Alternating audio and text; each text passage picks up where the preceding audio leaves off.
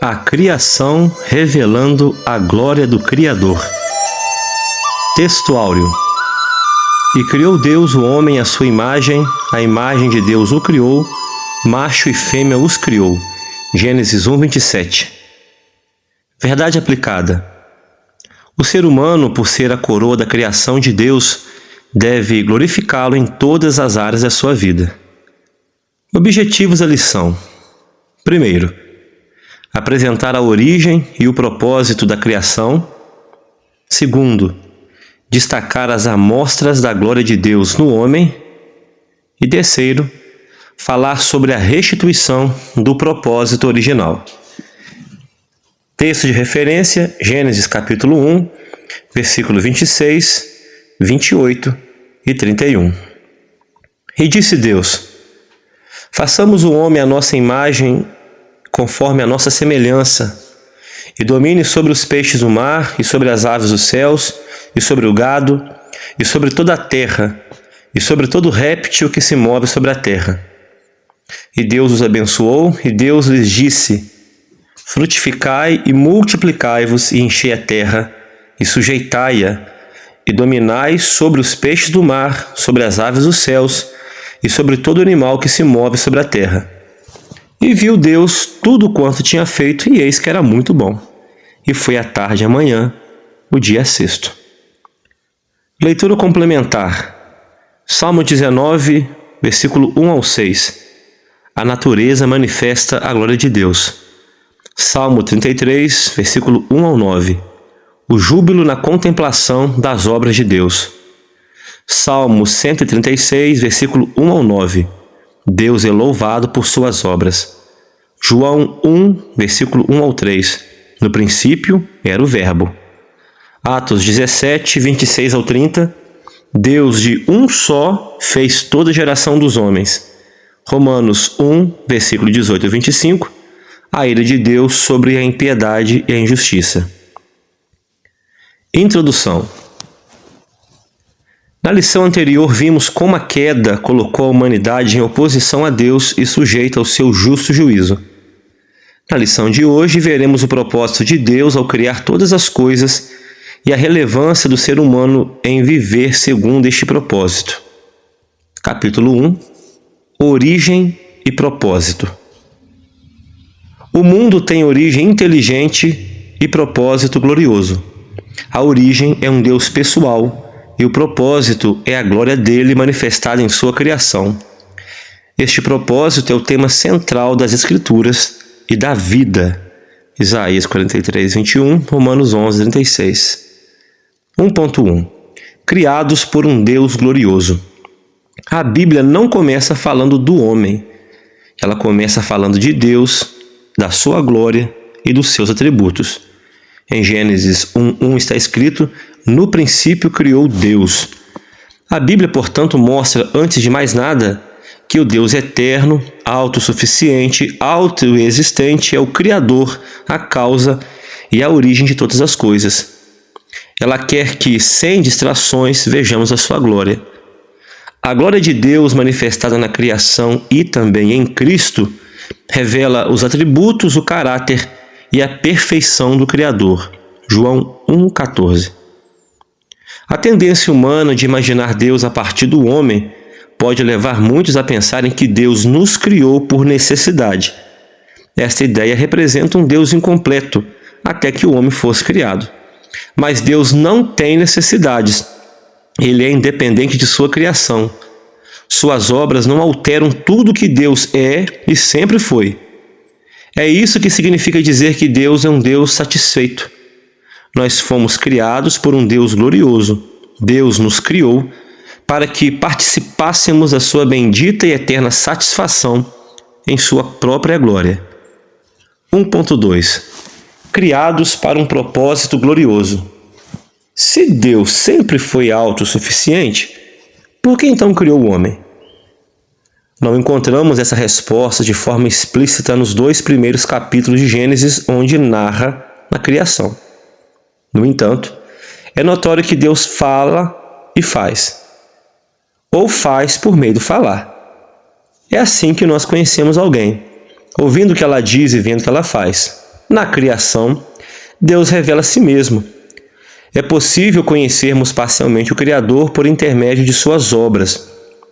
Quando entendemos isso, nós encontramos o propósito glorioso da nossa existência, a saber, tornar o Deus glorioso conhecido por todas as pessoas. O escritor Van Groningen afirma, abre aspas, não se diz diretamente em Gênesis 1, versículo 1 ao 2, o motivo pelo qual Deus decidiu criar, e desse modo faz-se conhecido a outros, além da própria Trindade. Em Gênesis capítulo 1, no entanto, a repetida declaração "e Deus disse" indica seu desejo de fazer, de expressar-se e de fazer-se conhecido. Deus fez o que ele quis fazer. Fecha aspas. 1.3. O pecado, desviando-se do propósito. Deus criou o homem à sua imagem e semelhança, conforme Gênesis 1:26. Deus encheu o homem com atributos que anunciaram a glória de Deus. Gênesis 1:27. A expressão encher a terra, de Gênesis 1:28, não significa que a procriação tinha um fim em si mesma. As marcas da glória de Deus impressas no homem seriam espalhadas pelo mundo. Roger Stronttag, na sua obra Teologia Bíblica Pentecostal, página 32, comentou sobre a obediência dos filhos de Adão e Eva à ordem do Criador para a multiplicação e encher a terra.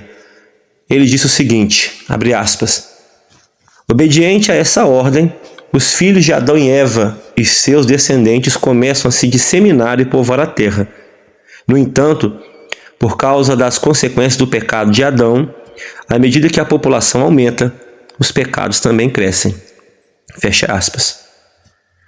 John Piper diz, abre aspas, o propósito de Deus na criação, portanto, era encher a terra com a sua própria glória.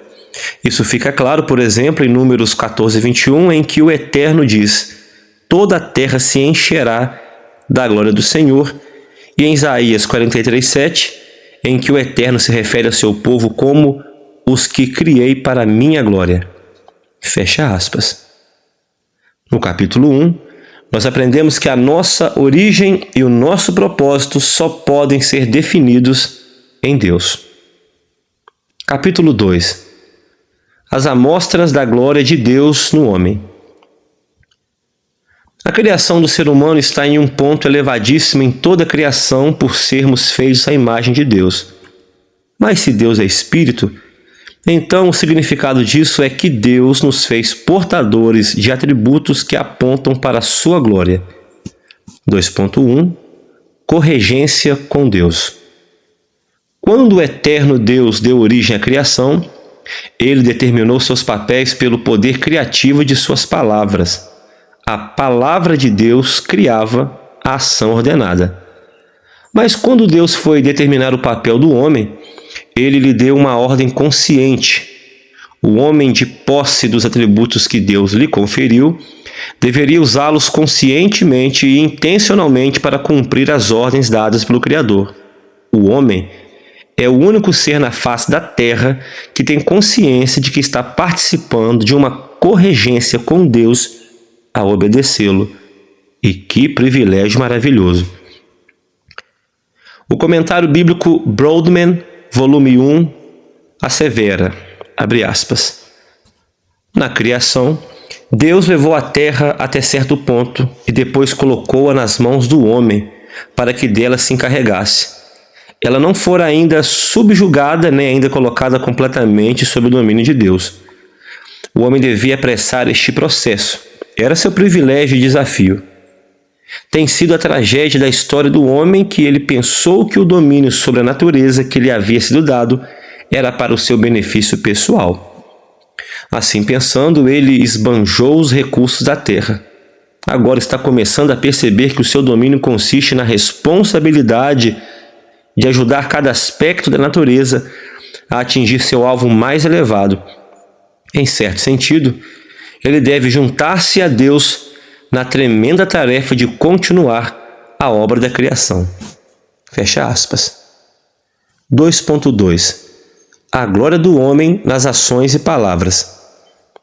Assim como Deus se faz conhecido por suas ações e palavras, Ele designou o homem em tornar sua glória conhecida no mundo por suas ações e palavras. Depois de Deus criar todos os animais, poderia Ele mesmo dar-lhes seus nomes. Ele preferiu, porém, designar ao homem essa tarefa. Animal por animal, receber o nome que Adão não só escolheu, mas proferiu. Gênesis 2, versículo 19 ao 20. Desta forma, a sabedoria de Deus comunicada ao homem ao criá-lo à sua imagem deveria ser vista por toda a humanidade. Além das palavras, o homem deveria governar os animais e administrar os recursos naturais com sabedoria que honrasse o seu Criador. Gênesis 1, 28 ao 31. Ao iniciar o livro de Atos, Lucas diz que em seu primeiro livro procurou descrever tudo o que Jesus começou a fazer e a ensinar. Ele era conhecido como um profeta poderoso em palavras e em obras diante de Deus e de todo o povo. Lucas 24, 19. Cristo revelou-se como Filho de Deus e a sua glória diante dos homens. Tudo o que ele fazia, tudo o que ele falava não era para alcançar glória para si mesmo, mas para glorificar o Pai diante dos homens. Estes são os passos que Jesus deixou para nós seguirmos. 1 de Pedro 4, versículo 10 a 11, nos ensina que Deus distribuiu da sua graça a cada um de nós, para que, seja com as nossas palavras ou com o nosso serviço, devemos fazer de um jeito em que tudo Deus seja glorificado. 2.3. Um estágio no Éden. O Éden foi, por assim dizer, o estágio humano para cuidar de toda a terra. No jardim havia todo tipo de árvores das quais o homem poderia comer. Gênesis 1, 29. E uma árvore a qual ele deveria guardar. Gênesis 2, 15 ao 17. Além disso, Deus deu autoridade ao homem para subjugar os animais. Gênesis 1, 26 a 28. O adversário, o diabo, se apresenta justamente em um animal para tentar o homem, lhe fazendo perguntas às quais o homem não tinha o dever algum de responder. Assim, ao invés de subjugar a serpente, o homem se sujeita às suas sutis palavras. Gênesis 3, 1 ao 6. Ou seja, o homem comete seu primeiro erro como corregente de Deus na criação. Subsequentemente, comete o segundo, quando come da árvore que deveria guardar. Ao falhar no seu estágio edênico, o homem passa a administrar mal tudo que Deus lhe confiou, quando não busca honrar a glória do Senhor da criação. O teólogo americano Norman Champlin fala a respeito disso. Abre aspas. A responsabilidade de Adão era lavrar o solo do jardim. Desta forma, Gênesis ensina a dignidade do trabalho na criação original. O resultado da queda não foi o trabalho, mas a labuta em face de nossas forças intoleráveis. A tarefa de Adão era simplesmente trabalhar, e isso seria de forma simples e agradável, sem espinhos, cardos ou ervas daninhas para torná-lo frustrado. Sem um trabalho construtivo, o homem não pode obter da vida uma verdadeira satisfação. Ócio não era o modo de vida no Éden. Fecha aspas. No capítulo 2, nós aprendemos que apesar de Deus não precisar de nada nem de ninguém, Ele nos criou e nos designou como corregentes. Capítulo 3. A restituição do propósito original. Paulo diz que todos pecaram e estão destituídos da glória de Deus. Romanos 3, 23. O plano divino de salvação em Cristo Jesus é restaurar o ser humano por inteiro, incluindo sua honrosa posição original, a qual Deus estabeleceu como corregente de sua criação. 3.1. Deus não destituiu o homem do seu papel na criação. O trabalho do homem agora seria penoso o resto de sua vida. Gênesis 3, 17 e 19. Após a declaração "e Deus os abençoou", em Gênesis 1, 28, com a entrada do pecado foi acrescentada: "Maldita é a terra por causa de ti", Gênesis 3, 17. Porém, este honroso desígnio de Deus para o homem na criação continua de pé. A criação foi feita para o homem, por isso Deus deixa para criar o homem no final, coroando a sua obra. No entanto, como Deus fez o ser humano semelhante a si mesmo, no encargo de dominar o mundo e enchê-lo, o homem deve fazê-lo para mostrar Deus, apresentar a imagem dele. Devemos agir em nossos deveres de forma a espelhar Deus e seus atributos comunicáveis. Ao dar ao homem a missão e o poder de governar, como diz Piper, e não Piper, como eu disse antigamente, como eu disse na leitura de minutos atrás, Piper diz o seguinte, abre aspas, "O objetivo de Deus, portanto, era que o ser humano agisse de modo que espelhasse Deus, que tem o domínio supremo." Fecha aspas.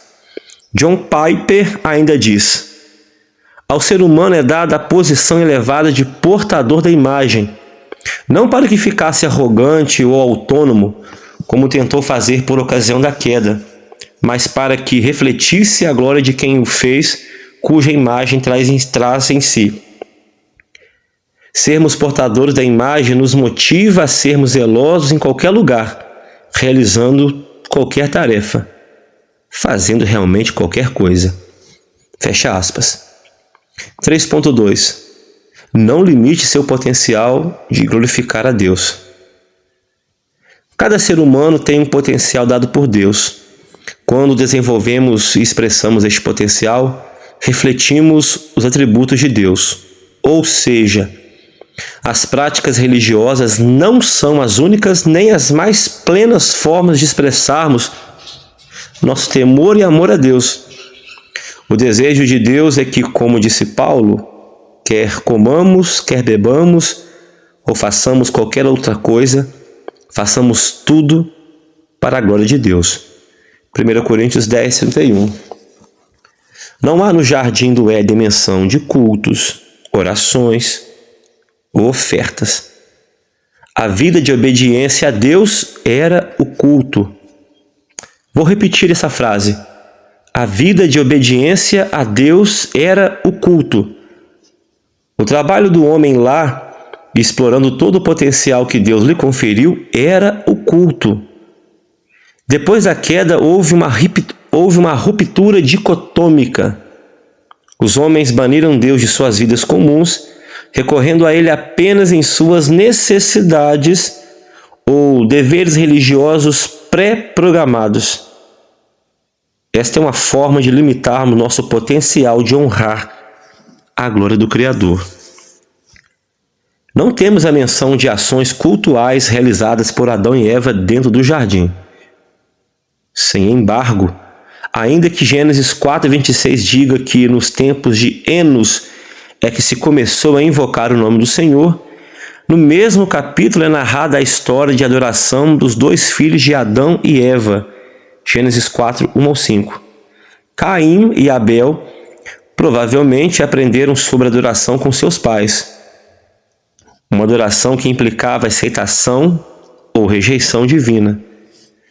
É possível que do lado de fora do jardim, Adão e Eva começaram a buscar reconexão com Deus através de sacrifícios e ofertas. Porém, já na primeira ação cultual de oferta registrada na Bíblia, fica evidente que não é qualquer ação cultual que Deus aprova. 3.3. O servo perfeito de Deus. Analisar mais de perto o papel e o propósito que o homem tinha em sua relação com Deus antes da queda nos leva a pensar sobre o que Deus espera de nós hoje. Somos convidados a uma reaproximação ao propósito original da vida, quando lembramos que, embora Deus tenha expulso o homem do Éden para o mundo, Cristo invade o mundo para nos trazer de volta não ao Éden, mas a comunhão plena com Deus. Apesar de ser Senhor de tudo, se esvaziou de si mesmo e se fez servo de todos. Ele foi o perfeito servo do Senhor. Cristo serviu com a vida e serviu até a sua morte, obediente em tudo. Honrou a Deus não apenas no templo, em práticas religiosas, mas Cristo o fez em tudo. Ele, com seu trabalho perfeito, resgata o ser humano para o propósito original de Deus. Paulo diz com clareza em Filipenses 2 que Jesus encarnou em forma de servo. Mais que isso, ele poderia vir ao mundo como um rei rodeado de servos e nunca ter experimentado trabalho. Mas não foi isso que aconteceu. Foi do desígnio de Deus que ele se fizesse pobre, 2 Coríntios 8:9, que nascesse em uma família pobre e que seguisse a profissão do seu pai José como um carpinteiro. Jesus foi definitivamente um homem de trabalho. Ele disse: meu pai, o Pai Celestial, trabalha até agora e eu trabalho também. João 5,17. Ele disse ainda: convém que eu faça as obras daquele que me enviou. João 9,4. Era necessário que aquele que veio assumir o nosso lugar como representante da humanidade fosse um modelo de servo que agrada a Deus.